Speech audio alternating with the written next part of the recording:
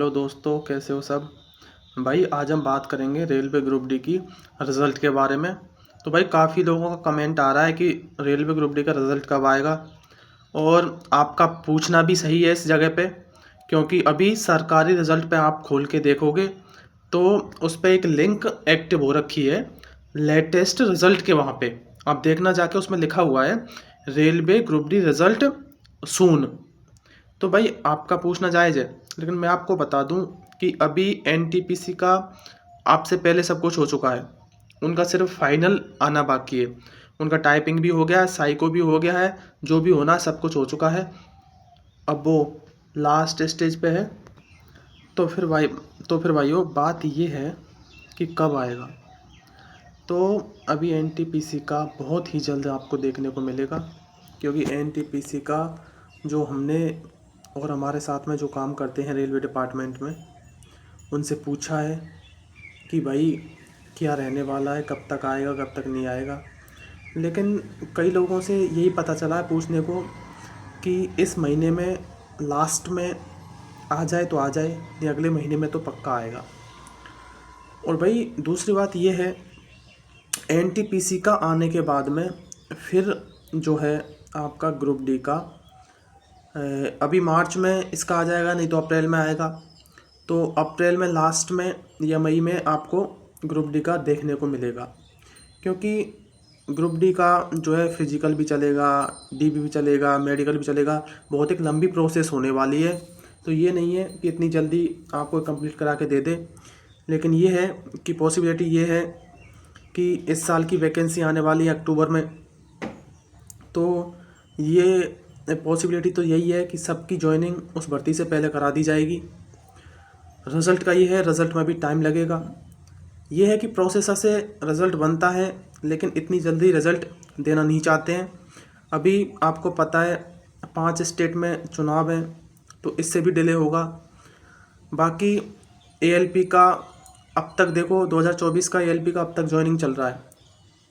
अब तक ट्रेनिंग पे लोग आए हैं, हमारे जानकार लोग हैं, जो अब 2 दिन पहले उन लोगों ने 2024 की भर्ती का अब ज्वाइनिंग किया है, अब ट्रेनिंग में आए हैं। तो भाई प्रोसेस ऐसे ही चलेगा धीरे धीरे।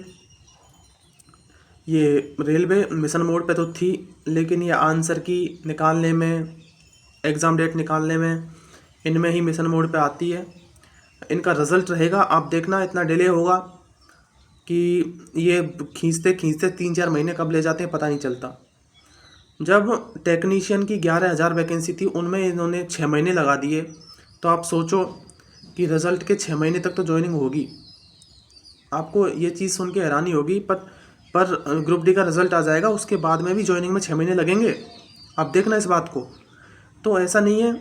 और जिन भाइयों के अच्छे नंबर हैं और जिनका साउथ जोन से है, ईस्ट जोन से है, साउथ ईस्ट से है, साउथ वेस्ट से है, और स्कोर काफ़ी अच्छा बन रहा है, तो वो तो निश्चिंत रहें।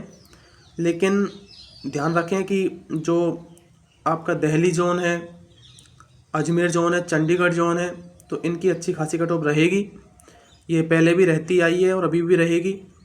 तो मैं आपको एक बार फिर से बता दूं कि अगर आप एसटी कैटेगरी में हैं और आपके नंबर बन रहे हैं रो स्कोर 65, और आपका शिफ्ट एक मॉडरेट शिफ्ट आता है, मतलब मीडियम वाला शिफ्ट है, तो मैं आपको बता दूं कि आपका इतना रो स्कोर है, तो आप अप्रोक्स हर हमेशा किसी भी जोन से हो, हमेशा आप फिजिकल के लिए क्वालिफाई हो जाओगे। बाकी बहुत लोग ऐसे भी हैं अच्छे नंबर वाले, जो क्वालिफाई तो होंगे लेकिन डीबी के लिए नहीं जाएंगे, मेडिकल के लिए नहीं जाएंगे, और भी जो चीज़ें होती हैं उनमें भाग नहीं लेंगे। तो जो डीबी में भाग नहीं लेगा तो उसको ऊपर से ही हटा दिया जाएगा।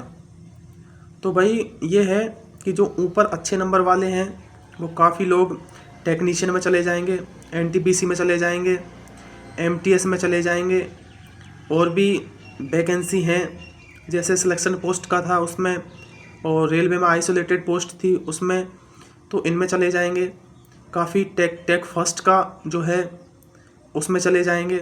तो भाई ये है, टॉप स्कोर करते हैं जो, जिनका टॉप रैंक आता है, जिनका अच्छा स्कोर बनता है, वो ये नहीं कि एक ही एग्ज़ाम को क्वालिफाई करते हैं, तो भाई वो लोग हैं ना, काफ़ी एग्ज़ाम को क्वालिफाई करके रखते रहते हैं, वो एग्ज़ाम देते रहते हैं, रेलवे में भी, एसएससी में भी, डीएसएस में भी, राजस्थान में स्टेट का भी, हर स्टेट का भी देते रहते हैं। भाई उनका एक नहीं है कि उनका अच्छा नंबर आ रहा है तो वो पढ़ने में अच्छे हैं तो वो और भी वैकेंसी को क्वालिफाई करेंगे, तो वहाँ से उन लोगों का ज़्यादा अच्छे नंबर वाले हैं वो हट भी जाते हैं, तो आपका चांस इस वजह से भी अच्छा बन जाता है। एसटी में आप 65 रख लो, ओबीसी में 70 रख लो, जनरल में 75 रख लो, अगर आपका इतना रो स्कोर है तो आपका सिलेक्शन होने का चांस 99% बनेगा, चाहे आप किसी भी जोन से हो, क्योंकि इतना रो स्कोर लाना हर किसी की बस की बात नहीं है। 60 तक 65 तक तो बहुत लोगों के नंबर हैं, लेकिन 65-70 से ऊपर बहुत ही कम लोगों के नंबर हैं, और वैकेंसी है 32,000, तो इतना बहुत वैकेंसी होता है। काफ़ी लोग छोड़ेंगे भी, काफ़ी लोग बीच में भी छोड़ेंगे, काफ़ी लोगों को जब सेकंड पैनल में भी डीबी नाम आएगा, क्यों? क्योंकि बीच में कोई रिजल्ट आ गया तो वहाँ से स्किप कर जाएंगे। तो ऐसा है कि आप इस चीज़ में घबराने का कुछ नहीं है। आप लोग ऐसे कर रहे हो कि भाई ये हो जाएगा वो हो जाएगा, कुछ नहीं है। जो लोगों ने हवा बना रखी है और जो काफ़ी चैनल वाले उन्होंने ये बोल रखा है कि भाई इतना कट ऑफ जाएगा, इतना कट ऑफ जाएगा, ऐसा कुछ नहीं है। हम जेन्युइन लोग हैं, और डिपार्टमेंट में जो जॉब करते हैं वो एग्ज़ाम देते हैं, उनका कितना स्कोर रहता है वो हमें पता है, या कितना टाइम मिल पाता है, कितना नहीं मिल पाता है। तो आपसे ज़्यादा बेहतर तैयारी किसी की नहीं है यहाँ पे। डिपार्टमेंट वालों की तो सोचो ही मत आप, क्योंकि इतना काम है रेलवे में कि ये मत सोचो कि वही एग्ज़ाम की तैयारी हो सकती है। तो आप निश्चिंत रहें और रिज़ल्ट जल्दी आएगा। लेकिन मैं आपको एक बात बोलना चाहता हूँ, आप पढ़ते रहें, पढ़ाई को कभी नहीं छोड़ें, पढ़ाई कहीं ना कहीं काम आएगी। आज हम भी रेलवे डिपार्टमेंट में काम कर रहे हैं, लेकिन आज हम भी पढ़ते हैं, हमें भी टाइम मिलता है तो हम पढ़ते हैं और एग्ज़ाम्स की तैयारी कर रहे हैं।